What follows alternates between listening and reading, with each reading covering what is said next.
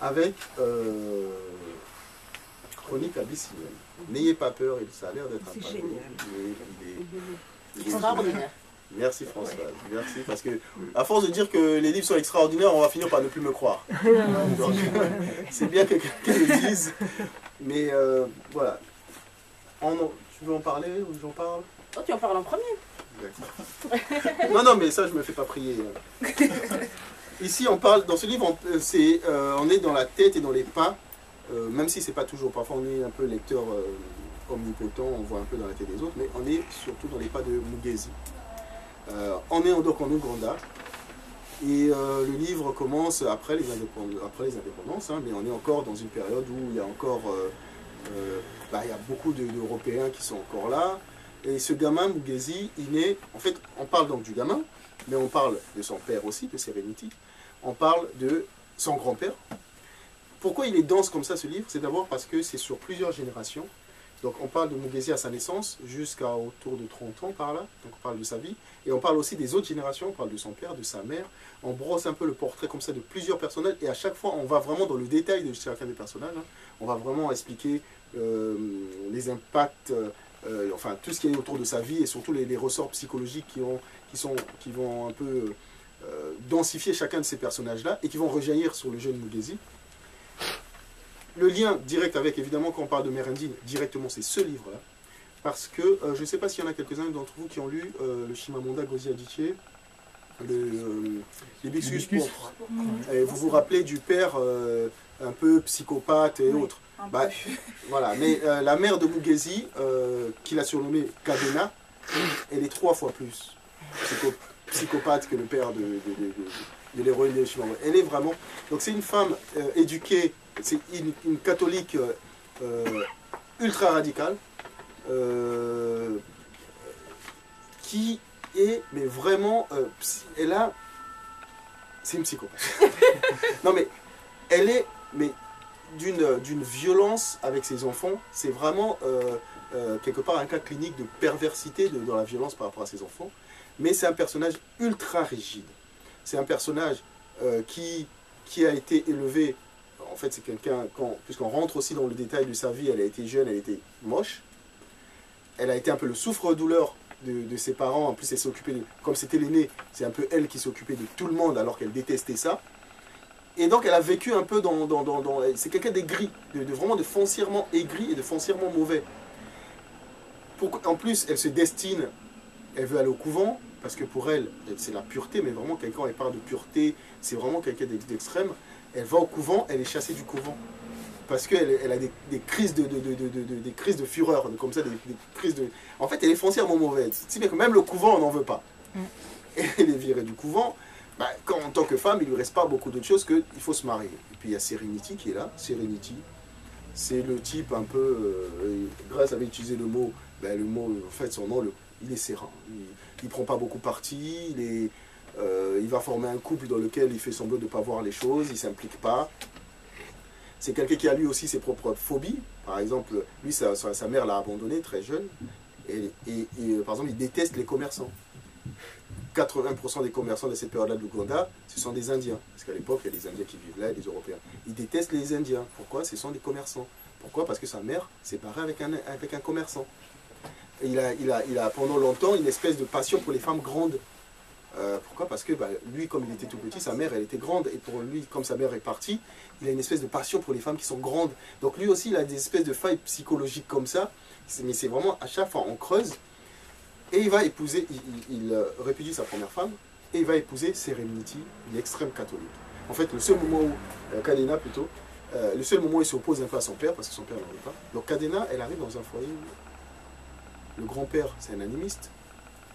Elle est... Mais vraiment, c'est une mère et un personnage ultra fermé, ultra violent. Au-delà de ça, ce livre, ce qu'il y a d'extraordinaire, c'est qu'il nous raconte l'Ouganda.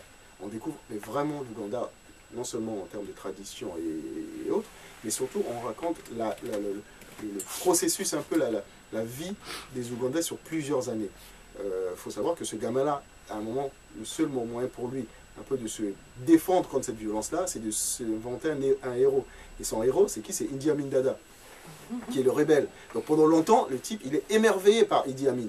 Et il parle donc de la montée d'Idi Amin, des coups d'État, au moment où Idi Amin devient président. Et lui, à un moment, il finit au couvent. Il est en permanence dans une révolte, d'abord avec sa mère. Ensuite, quand il va dans le couvent, enfin pas dans le couvent, mais dans un pensionnat, parce qu'on l'envoie pour qu'il devienne prêtre. Donc il n'en a vraiment pas grand-chose à faire. Et là, il vous parle de la vie de ces gens qui sont censés devenir prêtres, des histoires de coucherie, des histoires de malversation, mais vraiment, là aussi, c'est... Et en plus, toujours, des questions des gens qui sont injustes. Lui, son rôle, il défend en fait, dès qu'il y a un faible qui est un peu attaqué, il les défend. Comme il défendait ses petits frères, qu'il appelait les chiards, il défend un peu les gens qui sont avec lui au pensionnat. Et donc, on parle de lui, mais il parle de l'Ouganda, il parle de Obote, qui est le premier président, qui est renversé, Idi Amin qui vient, et ensuite Obote qui revient à la présidence. Il perd ses illusions, évidemment, par rapport à Idi Amin, parce qu'il vous parle de la dictature, hein, il vous montre comment la dictature, un peu, tout le monde est content quand ils chassent, par exemple, les Indiens.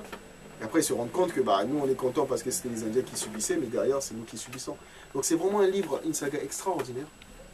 Mais vraiment, je le dis, hein, moi, j'ai trouvé ce livre extraordinaire, parce que et en plus, il est écrit avec un recul, une ironie de ce gamin-là quand il parle de Cadena. Il parle de la violence de cette femme-là. On a envie parfois de rire. C'est ce qui rend la lecture supportable, c'est le détachement du narrateur, en fait, en dépit des souffrances qu'il endure de la part de sa mère. Il reste narquois, ironique, et il est même des fois un peu spectateur, il se pose en spectateur de tout ce qui se passe. Il raconte un peu le livre comme s'il n'était pas dedans, en fait.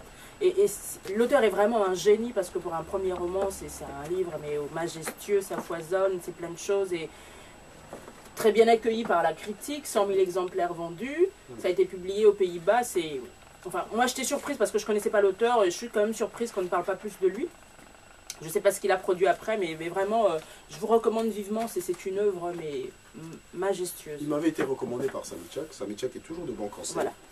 Donc, achetez-le, il est très bien. Il est vraiment très bien. Dès qu'on l'ouvre, on est vraiment intéressé. C'est l'Afrique, la tradition, le village, la modernité, toutes ces choses-là, il les raconte bien. Moi, j'aime beaucoup. Et je recommande. Je crois que tu l'avais à l'époque, non?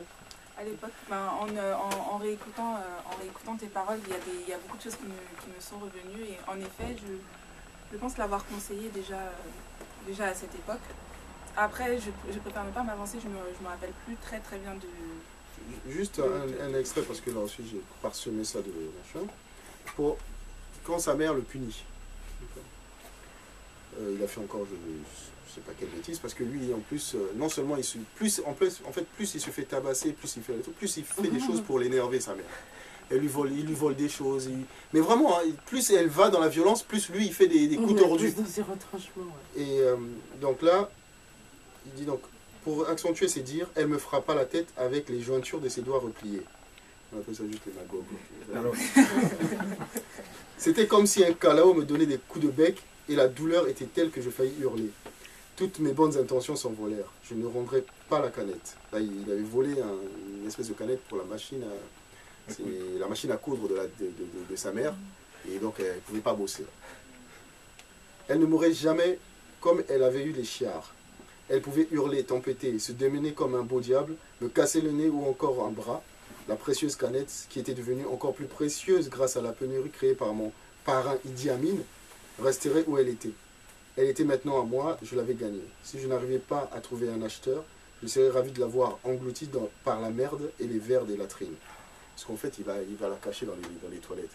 Bon, il y a une chose aussi, il faut savoir, il est très pipi-caca.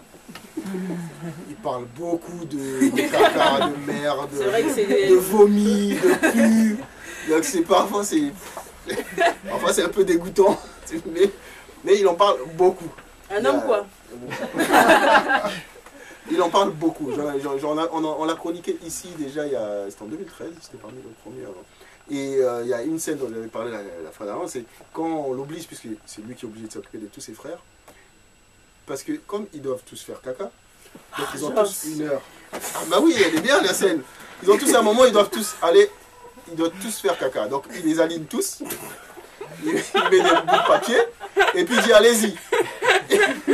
Et puis tous ils font leur petit caca et ensuite il est chargé lui de ramasser leur merde. Donc il vous le décrit, c'est dégueulasse. Toi, t'as vraiment adoré. Attends. Mais c'est dégueulasse, mais il vous le décrit, mais c'est tellement bien décrit qu'on sent même l'odeur tellement il est décrit. On est dans l'odeur. On est dans l'odeur. Coupé, coupé. Mais c'est vraiment, voilà, non seulement c'est dense, et un livre qui a un pavé comme ça, il faudrait que ce soit vraiment bien écrit et intéressant pour qu'on reste dedans. C'est vraiment dense, mais c'est vraiment intéressant. Il y a toujours un côté où il y a plein d'humour, où on sourit, et pourtant il raconte des choses dures. Il raconte sa vie, il raconte celle des autres, il raconte la mort de sa grand-mère. Donc le livre, il est vraiment extraordinaire. Moses Isegawa. Pour aller dans ton sens, il y a très longtemps que je l'ai lu, mais j'ai le souvenir de quelque chose de très épique. Il y a une dimension poétique, épique, et les personnages individuels comme ça sont toujours mis en perspective avec l'histoire. Avec l'histoire en général. Et je trouve qu'il y a une force, une puissance poétique, malgré le pipi caca. Non, mais c'est vrai, il y a une force poétique extraordinaire. Et c'est une vraie saga, et quand il met les personnages, c'est pas pour rien. Il est vraiment, il est décrit à chaque fois, il campe à chaque fois. Oui, on rentre vraiment dans des dimensions de mythes, des personnages mythiques. Exactement. Extraordinaire, Moses Isegawa, ça devrait être beaucoup plus connu, tu as raison, ça devrait être beaucoup plus connu que ça. Je sais que c'est plutôt en ce moment Adichie qui fait le buzz, mais je pense que celui-là... Je crois que dans le milieu anglophone, il est très connu. Il est très connu dans le milieu anglophone, et nous on ne le connaît pas assez, et vraiment allez-y, et c'est dommage parce que la version poche est difficile à trouver, donc vous aurez cette version-là, il y en a certains là-bas, mais lisez-le, il est vraiment bien. D'accord ?